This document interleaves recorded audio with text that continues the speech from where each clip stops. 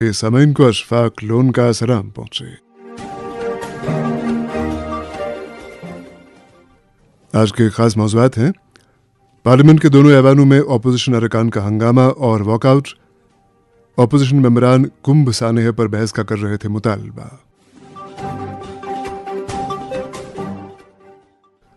Party के अंदर मेरे नजरिए के साथ कोई इत्तेफाक करे या ना करे मुझे इसकी फिक्र नहीं, अलबत्ता पार्टी की तरफ से मुझ पर किसी तरह का दबाव नहीं है।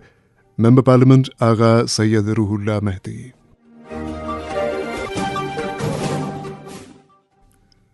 जम्मू कश्मीर के लिए रियासत के दर्जे की बहाली की आवाज अब की बार जम्मू से उठाई जाए। एमएलए थाना मंडी मुजफ्फर इकबाल खान।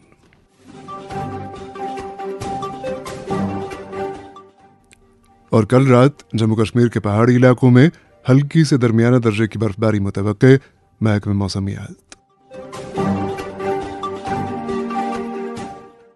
मौज़ूआत की तफसील एफएम के अलावा आकाशवाणी कुपवाड़ा और भद्रवा के साथ साथ डीटीएच और आकाशवाणी के मोबाइल ऐप पे सुन रहे हैं।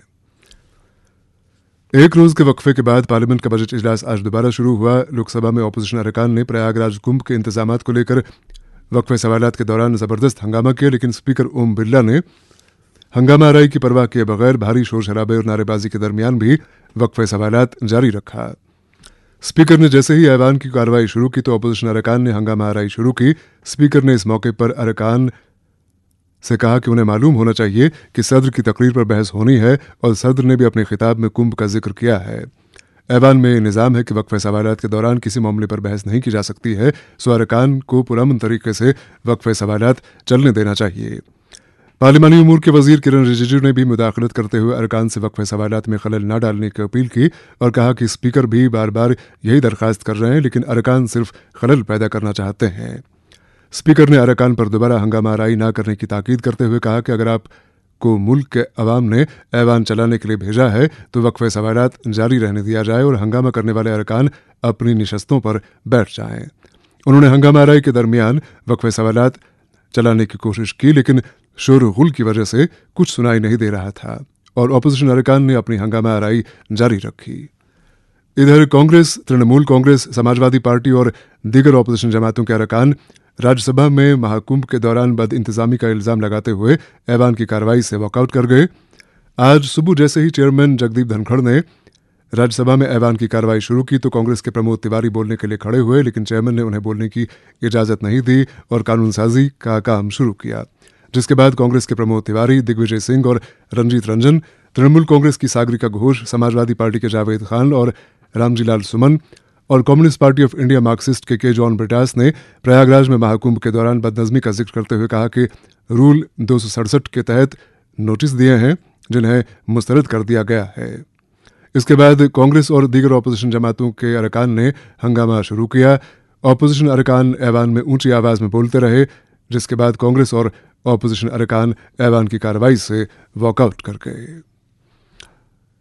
उधर लोकसभा में कायदे हिज़्ब इख्तिलाफ और कांग्रेस के लीडर राहुल गांधी ने कहा कि मुल्क में मैन्युफैक्चरिंग सेक्टर 60 बरस में सबसे ज़्यादा कमज़ोर हुआ है। अगरचे मुल्क में तरक्की की बात की जा रही है और कहा जा रहा है कि भारत में मोबाइल फ़ोन बन रहे हैं, ड्रोन बन रहे हैं, लेकिन सच्चाई ये है कि इन सब की टेक्नोलॉजी चीन के पास है। भारत में इनके पुर्जे असेंबल करके मोबाइल बनाए जा रहे हैं और इस तरह हमारे नौजवानों के रोजगार के सवाल का वाज़ेह जवाब नहीं दिया जा सकता। राहुल गांधी ने आज लोकसभा में सदर के खुतबे पर बहस में हिस्सा लेते हुए कहा कि मुल्क के मुस्तकबिल का फैसला नौजवान करेंगे और इसके लिए सभी की तवज्जो नौजवानों के मसाइल पर मरकूज होनी चाहिए। ये तो बात हुई आज की पार्लिमानी कार्रवाई की। समन नेशनल कॉन्फ्रेंस के सीनियर लीडर और रुकने पार्लिमान आगा सैयद रूहुल्लाह मेहदी ने वाज़ेह किया है कि मैं वही बात कहता हूं जो पार्टी के मंशूर में दर्ज है। उन्होंने कहा कि पार्टी के अंदर मेरे स्टैंड को लेकर कोई इख्तलाफ नहीं है और ना ही पार्टी क़यादत की जानिब से कोई दबाव है। आगा रूहुल्लाह मेहदी ने कहा कि नज़रियाती इख्तलाफात हो सकते हैं, अलबत्ता मुझे पहले अल्लाह और उसके बाद लोगों की खुशनुदी चाहिए, चाहे तंजीम में कोई मेरे साथ इत्तेफाक करे या ना करे। आगा रूहुल्लाह मेहदी ने केएनएस के मुदीर आला मोहम्मद असलम भट्ट के साथ एक तफसीली इंटरव्यू में कहा कि नेशनल कॉन्फ्रेंस लोगों के मैंडेट और एहसासात, ख्वाहिशात और जज्बात का एहतराम करेगी। उन्होंने कहा कि मुझे उम्मीद है कि पूरी तंजीम लोगों के इस मैंडेट के साथ है और हमारी जद्दोजहद जारी रहेगी। अभी 2 माह हुए हैं और असेंबली में पास की गई करारदाद से एक शुरुआत हुई है। पार्टी का व्यू पॉइंट रिटन है मैनिफेस्टो की। पार्टी की आइडियोलॉजी है स्टेट की ऑटोनॉमी, खुद मुख्तार। मेरा स्टैंड अलग नहीं है पार्टी से।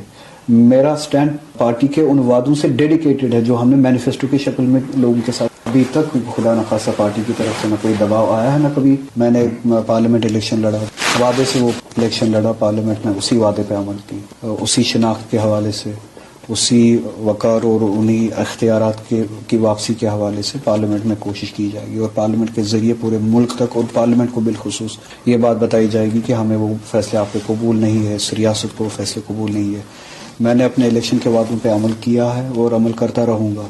वो जद्दोजहद को जिंदा रखेंगे जिसका वादा न सिर्फ असेंबली इलेक्शन में बल्कि पार्लियामेंट इलेक्शन में, पार्लियामेंट से बाहर भी जितनी भी इंटरेक्शन पूरे मुल्क में हुई, चाहे वो मीडिया के जरिए से हुई, चाहे वो कन्वेंशंस के जरिए से हुई, सिविल सोसाइटीज़ के साथ जो जितनी भी इंटरेक्शन पूरे मुल्क में रियासत से बाहर जितनी भी इंटरेक्शन हुई, मैंने उसी बात को दोहराया, उसी बात को जिंदा रखा है कि और मैं समझता हूँ कि असेंबली इलेक्शन के बाद जो मैंडेट मिला नेशनल कॉन्फ्रेंस को, जो भरोसा किया वो सबसे अहम नुकता जो उस भरोसे का था वो यही था कि इस जद्दोजहद में नेशनल कॉन्फ्रेंस जो है अमली तौर साबित होगी, इलेक्शन के बाद साबित होगी। और मुझे उम्मीद है कि पार्टी उस पर अमल करेगी। रेजोल्यूशन के जरिए एक शुरुआत हुई, पार्टी ने असेंबली में पहला ही जो बिजनेस हुआ रेजोल्यूशन हुआ, उसके जरिए मैं कह सकता हूँ कि एक शुरुआत हुई और मुझे उम्मीद है कि उस शुरुआत को आगे तक पहुंचाया जाएगा। और ये भी कहा है कि अभी 2 ही महीने गुजरे इस हुकूमत को बने हुए, तो 2 महीनों में किसी नतीजे पे पहुंचना सही नहीं है, मगर सिर्फ इतना मशवरा देना मेरी जिम्मेदारी है। लोगों जो जिम्मेदारी हम पे है उस जिम्मेदारी को निभाना है कि मशवरा वही मैं इस वक्त भी दोहराऊंगा कि अब लोगों के जज्बात से, उनके ख्वाहिशात से हमें दूर नहीं हटना। तो हुकूमत मुझे उम्मीद है कि उस मैंडेट को रिफ्लेक्ट करेगी, उस मैंडेट पर अमल पैरा होगी। सबसे बड़ी बात जो ये है कि अव्वल क्या खुदावंद ताला राजी है, उसके बाद लोग, जिन लोगों को रिप्रेजेंट करना हमारी जिम्मेदारी है, क्या लोग राजी है। तो अगर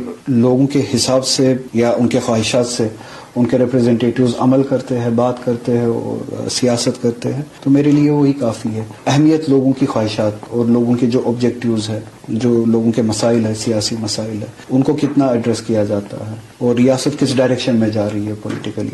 बाकी तंजीम में कौन मेरी बात से मुवाफिक है, कौन किसको मेरी बात से इख्तलाफ है, मेरे लिए अहम नहीं है। नेशनल कॉन्फ्रेंस चुनाव मंशूर पर अपनी जद्दोजहद जारी रखेगी। बात कर रहे थे मेंबर पार्लियामेंट आगा सैयद रूहुल्लाह मेहदी, जो KNS के मुदीर आला मोहम्मद असलम भट्ट के साथ तबादले ख्याल कर रहे थे। समन जम्मू में इन दिनों मीडिया और समाजी तंजीमों की तरफ से स्टेटहुड के मामले पर सेमिनारों और मुबाहिसों का एहतमाम किया जा रहा है। गुलिस्तान न्यूज़ के बाद अब जम्मू में एक निजी ऑर्गेनाइजेशन यूनाइटेड पीस अलायंस ने एक सेमिनार का एहतमाम किया है जिसका मौजू है 100 डेज ऑफ पॉपुलर मैंडेट। इस सेमिनार में सियासी और समाजी कारकुन और मुख्तलिफ यूनिवर्सिटियों के प्रोफेसर शमूलियत कर रहे हैं। इसी बीच आज़ाद MLA थाना मंडी मुजफ्फर इकबाल खान ने सेमिनार में इजहार ख्याल करते हुए जम्मू के लोगों से अपील की कि वो रियासत के दर्जे की बहाली के लिए आवाज़ उठाएं। उन्होंने कहा कि उन्होंने पहले ही थाना मंडी राजौरी से एक मुहिम शुरू की है और अब आवाज़ जम्मू के लोगों को उठानी चाहिए। स्टेट किसी पार्टी के लिए नहीं है, स्टेट हमारी पहचान है, स्टेट हमारी इज्जत है, स्टेट हमारी आबरू है। ये वो डोगरा स्टेट है। हमारी 90% जो, बल्कि 95% जो प्रॉब्लम्स हैं उनका सॉल्यूशन फुल फ्लेज्ड स्टेटहुड में है। और जब तक कि हमें स्टेटहुड नहीं मिलती, मुझे बड़ी कभी कभी कौफत होती है। कुछ जम्मू के कुछ हजरात कहते हैं जनाब जैसे कि ये उमर अब्दुल्ला को स्टेटहुड देनी है। अरे भाई, आज उमर अब्दुल्ला चीफ मिनिस्टर है, कल तुम्हारी पार्टी का कोई हो सकता है, कल आप में से कोई चीफ मिनिस्टर हो सकता है। स्टेट किसी फर्द के लिए नहीं है, स्टेट किसी पार्टी के लिए नहीं है, स्टेट हमारी पहचान है, स्टेट हमारी इज्जत है, स्टेट हमारी आबरू है। ये वो डोगरा स्टेट है जिसके लिए आज भी अगर चाइना का जो इलाका हमारा छीन के ले गए है ना, उसको खुदाई करोगे, हमारे डोगरा फौज के वहां हड्डियां मिलेंगी। ये स्टेट ऐसे नहीं मिली थी आपको। बड़ी जदोजहद के बाद, जंग जदल के बाद इस इतनी बड़ी रियासत को बनाया आपने। ऐसे इसको बांटा जैसे रेवड़ियां बांटते हैं। कुछ पाकिस्तान ने ले ली, कुछ चाइना ने छीन ली, जो बचा था उस पर, उसके सीने पर आपने लकीर खींच दी, लद्दाख उधर चला गया। यार आज बची क्या है स्टेट, और उसकी भी आपने स्टेट की यूनियन टेरिटरी समझ लो एक म्युनिसिपल कारपोरेशन है। आप कहते हो उमर अब्दुल्ला से क्या तो करोगे आप? इस उमर अब्दुल्ला को तहसीलदार ट्रांसफर करने की पावर नहीं है। और आप कुछ लोगों ने यहां कहा जी दिल्ली में ये हुआ। भाई दिल्ली एक शहर है, 50 किलोमीटर के रेडियस के अंदर है दिल्ली, और दिल्ली का जो अपना रेवेन्यू है ना, जो एंट्री और एग्जिट का है, उसी पर उसकी गवर्नमेंट चल जाती है। तुम एक मुल्क थे, कहां पुंछ की सरहद और कहां लखनपुर और कहां लद्दाख। तुम दिल्ली को जम्मू कश्मीर से नहीं मिला सकते कि दिल्ली के चीफ मिनिस्टर ने ये दे दिया आप भी दे दोगे या आप स्टेट रन कर दोगे इतनी बड़ी रियासत। अब दिल्ली का और जम्मू कश्मीर का मुकाबला नहीं कर सकते कि हमारा सब कुछ लुट गया, हमारी रियासत लुट गई, हमारी एम्प्लॉयमेंट लुट गई, हमारी जमीनों का तहफ़्फ़ुज़ लुट गया, हमारे रिसोर्सेज लुट गए। अरे भाई यहां आपको बजरी निकालने का ठेका नहीं है, आपको यहां पार्किंग जो है गाड़ियों की, तुम देखो जाकर ठेकेदार सब बाहर के हैं, तुम्हारे बच्चों को वो ठेका भी नहीं मिलता है। तो जब आपकी आने वाली नस्ल जो है ना वो याद करेगी तो वो जरूर कहेगी कि ये तमाशा देखते रहे, ये बेजुर्रत थे, इनके अंदर जुर्रत नहीं। इसलिए अभी भी वक्त है आप सब लोग, और मैं चाहता हूं कि ये आवाज अब जम्मू से उठे, क्योंकि कश्मीरी जो है, कश्मीर वाला ना वो बड़ा खुश है, कहता है जम्मू वाले लड्डू बांटते थे 5 अगस्त को, अब रहने दो। ये हकीकत है,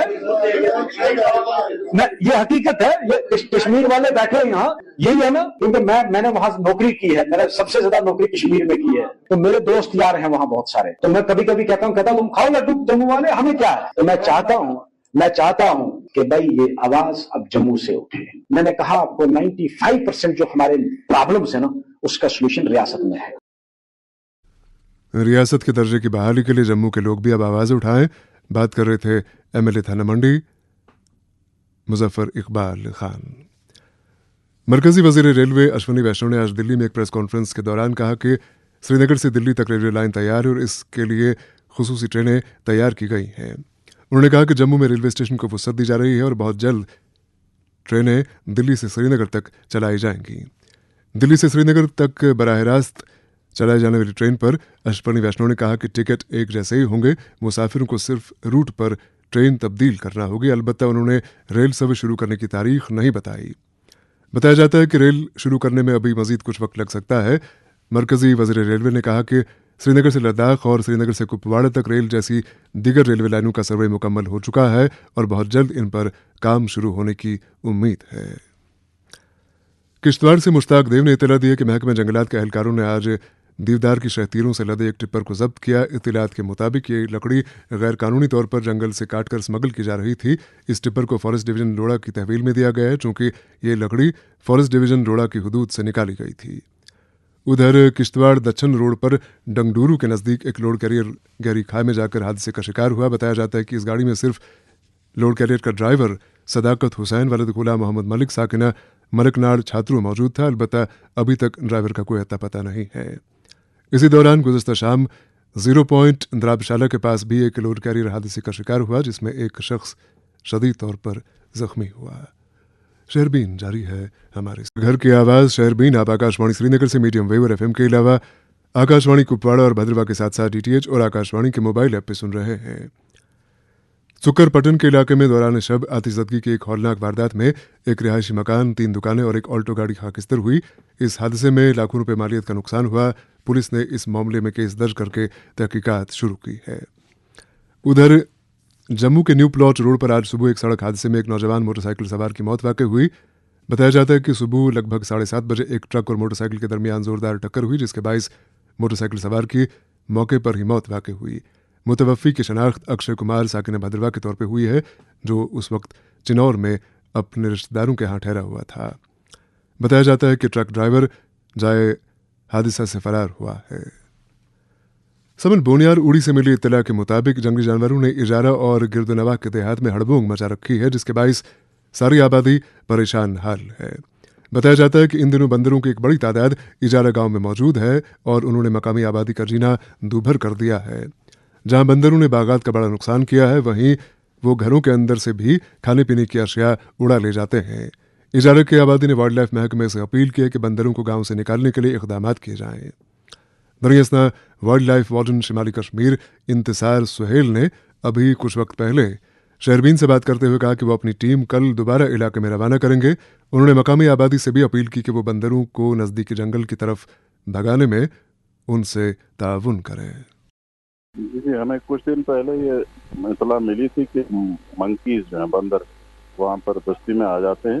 तो उसके लिए हमने एक टीम भी भेजी थी वहाँ पर। उन्होंने जो डूज एंड डोंट्स जो इख्तियार करने हैं लोगों को, उनके बारे में बता दिया। तो इसके अलावा हम इसमें जो क्रैकर्स यूज करते हैं जिनसे उनको भगाया जाता है, वो भी हमने किया है। और एक स्टन गन है हमारे पास, तो उसका भी इस्तेमाल हम कर रहे हैं वहाँ पर। लेकिन ये चूंकि ज्यादा तादाद में है मंकीज, तो इसलिए ये थोड़ा हमको इसमें दोबारा भी करना पड़ेगा और मुसलसल इसको जब तक ये वापस चले जाएंगे जंगल में।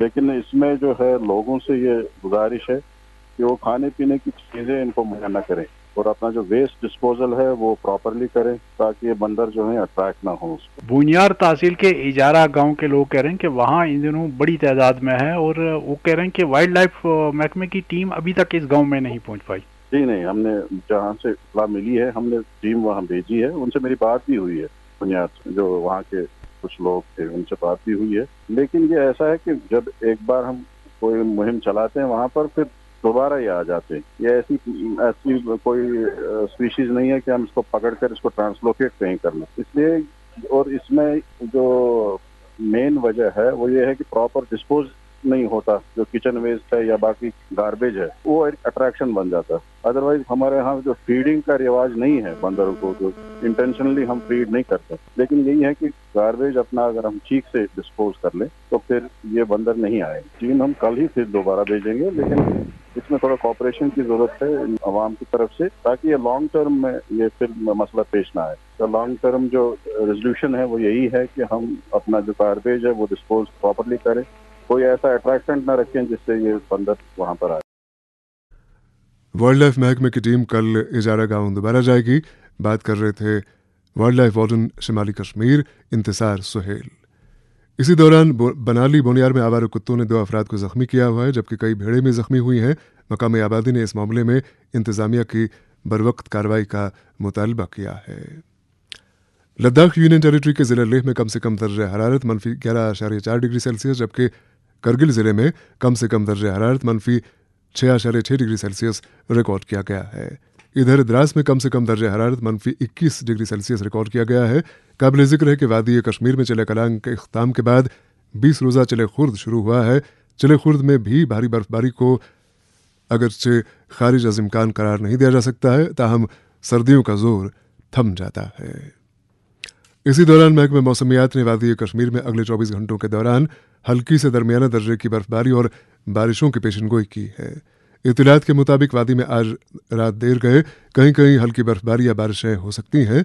इस सिलसिले में महकमा मौसमियात के डायरेक्टर डॉक्टर मुख्तार अहमद ने शहरबीन से बात करते हुए कहा कि कल 4 फरवरी से 5 फरवरी परसों की दोपहर तक वादी में हल्की से दरमियाना दर्जे की बर्फबारी या बारिशें हो सकती हैं, जिसके बाद मौसम में बेहतरी मुतवक्के है।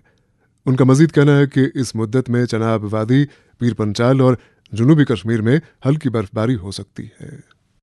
मौसम जो अमूमन ठीक रहने के चांसेस हैं, खासकर आज इवनिंग तक। फिर नाइट को भी जो है कुछ एक आइसोलेटेड हायर रीज के अंदर जो है लाइट स्नोफॉल की पॉसिबिलिटी है, बिल्कुल एक्सट्रीम जो हायर रीज हैं। बाकी कल खासकर दोपहर के बाद जो है मौसम मॉर्निंग से ही क्लाउडी रहना शुरू होगा, और कल दोपहर के बाद जो है एक्सपेल फिर से जो है बारिशों का मैदानी इलाकों के अंदर और बर्फबारी पहाड़ी इलाकों में देखी जा सकती है। और ये एक्टिविटी जो है खासकर 5th फोरनून तक रहने के चांसेस हैं। और इस बीच जो है जम्मू के मैदानी इलाकों के अंदर जो है बारिशों के साथ साथ थंडरस्टॉर्म, लाइटनिंग, हल्की बारिशें, कुछ एक जगहों पे दरमियाना दर्जे की भी बारिशें, खासकर रियासी और इसी तरह डिस्ट्रिक्ट उधमपुर और जो आसपास के जो इलाके हैं। और जम्मू के खासकर चिनाब वैली के अंदर खासकर डोडा, किसवाड़ और जो आसपास के जो पहाड़ी इलाके हैं, यहाँ पे लगभग दरमियाना दर्जे की भी बर्फबारी हो सकती है पहाड़ी इलाकों के अंदर। और इसी तरह साउथ कश्मीर के पहाड़ी इलाकों में भी जो है मॉडरेट स्नोफॉल के चांसेस हैं, लगभग 7-8 इंच से लेके 10-12 इंच तक की भी बर्फबारी हो सकती है। मैदानी इलाकों के अंदर बारिशें और हल्की सी बर्फबारी के चांसेस हैं। साउथ कश्मीर के अंदर लाइट स्नोफॉल और सेंट्रल कश्मीर, नॉर्थ कश्मीर के मैदानी इलाकों में अमूमन हल्की बूंदाबांदी के चांसेस हैं। कुछ एक जगहों पे लाइट स्नोफॉल, मामूली बर्फबारी हो सकती है। बाकी पहाड़ी इलाकों के अंदर, सेंट्रल कश्मीर और नॉर्थ कश्मीर के अंदर जो है हल्की बर्फबारी के चांसेस हैं। तो ओवरऑल जो एक्सपेल खासकर कल और परसों के दरमियान है, कल दोपहर से लेके परसों मॉर्निंग या फोरनून के आसपास तक। फिर उसके बाद 9 शाम तक मौसम जो है अमूमन ड्राई रहने के चांसेस हैं पूरे जम्मू कश्मीर के अंदर। फिर 9 शाम 10-11 के बीच में एक्सपेल फिर से है, तो इसमें कमिंग डेज में हम इसमें और वाज़ह तौर पे बता पाएंगे। ये जो कल से एक स्पेल आ रहा है, श्रीनगर शहर और दीगर कस्बा जात में भी क्या हल्की बर्फबारी हो सकती है? बारिश अमूमन रहेगा, कुछ एक जगहों पे थोड़ा सा light rain snow mix type का रहेगा, लेकिन कोई सिग्निफिकेंट एक्यूमुलेशन खासकर सेंट्रल कश्मीर के अंदर या नॉर्थ कश्मीर के वेस्टर्न इलाकों में नहीं होगा। कुछ एक नॉर्थ कश्मीर के मैदानी इलाकों में बिल्कुल मामूली सी बर्फबारी जो है थोड़ा सा एक्यूमुलेट हो सकता है। बाकी साउथ कश्मीर के अंदर बारिशों के साथ साथ लाइट स्नोफॉल एक्यूमुलेट होने के चांस है मैदानी इलाकों के अंदर।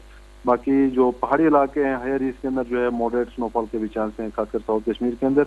और इसी तरह चिनाब वैली और पीर पंजाल रेंज के कुछ एक दीगर पहाड़ी इलाकों में भी जो है हल्की से लेकर दरमियान दर्जे की बर्फबारी के चांसेस हैं। तो कल की बर्फबारी से राजदान टॉप, साधना टॉप या हमारा जोजिला, इस पे ट्रैफिक मुतासर हो सकता है? जी बिल्कुल, इन सारे जगहों पे एक बार फिर ताज़ा बर्फबारी के चांसेस हैं। ट्रैफिक जो है फिर से मुतासर होने के चांसेस हैं, खासकर 4 और 5 के दरमियान। फिर 5th ऑनवर्ड मौसम जो है खुलने के चांसेस हैं 9 शाम तक, तो एक बार फिर जो है खुल सकते हैं डिपेंडिंग अपॉन कि कितना बर्फ होता है। नॉर्थ कश्मीर में थोड़ा सा कम चांसेस है, नॉर्थ कश्मीर और सेंट्रल कश्मीर के पहाड़ी इलाकों के अंदर। बाकी यहाँ Sinthan top, Margan top, Mughal road, इन जगहों पे जो है थोड़ा सा मॉडरेट स्नोफॉल के भी चांसेस है। कल शाम से बराई इलाकों में बर्फबारी का इम्कान बात कर रहे थे महकमा मौसमियात के डायरेक्टर डॉक्टर मुख्तार अहमद। हजरत इमाम हुसैन अलैहिस्सलाम और इमाम अबू हनीफा रहमतुल्लाह अलैह की उर्स की तकारीब रियासत के तुल अर्ज में आज अकीदत व एहतराम से मनाई गई। इस सिलसिले में सबसे बड़ी तकरीब खानकाह हजरत ईशान शेख याकूब साहब ज़ैन कदल में मनाई गई, जहां सुबह सादिक से ही कुरान खानी, ख़तमात मौज़मात और दुरूद अज़कार की मजालिस आरास्ता हुई। समय जम्मू कश्मीर में जेहलम और इसके मुआविन नदी नालों से गैर कानूनी तौर पर रेत, बाजरी और दीगर मादनियात निकाले जाने की शिकायतें मुसलसल कई बरस से मौसूल हो रही हैं। यहाँ तक कि कठुआ जिले में पंजाब के लोग भी इस गैर कानूनी धंधे में मुलविस बताए जाते हैं। याद रहे कि नायब वज़ीर आला सुरेंद्र चौधरी ने ओहदा संभालते ही गैर कानूनी माइनिंग में मुलविस अफराद और दीगर अफराद के खिलाफ सख्त कार्रवाई शुरू की और मुतल्लिका ज़िलाई अफसर कठुआ को मुअत्तल भी किया। मौसूफ ने राजौरी जिले में भी कई नदी नालों का अचानक मुआयना किया और वहां रेत, बाजरी और पत्थर के कानों का बजाते खुद जायजा लिया। इधर वादी कश्मीर के लंगेट, बड़गाम और अनंतनाग इलाकों से भी मुसलसल गैर कानूनी तौर पर नदी नालों से रेत और बाजरी निकाले जाने की शिकायतें मौसूल हो रही हैं। इस सूरत हाल का अलबत्ता एक अहम पहलू ये है कि सैंड माइनिंग से जुड़े हल्के हुकूमत से मुतालबा करते हैं कि उन्हें कानूनी तौर पर माइनिंग की इजाज़त दी जाए और उनसे बाज़ाबिता हस्बे साबिका रॉयल्टी वसूल की जाए ताकि उनका रोज़गार मुतासिर न हो। एक रिपोर्ट के साथ अनंतनाग से एस तारिक।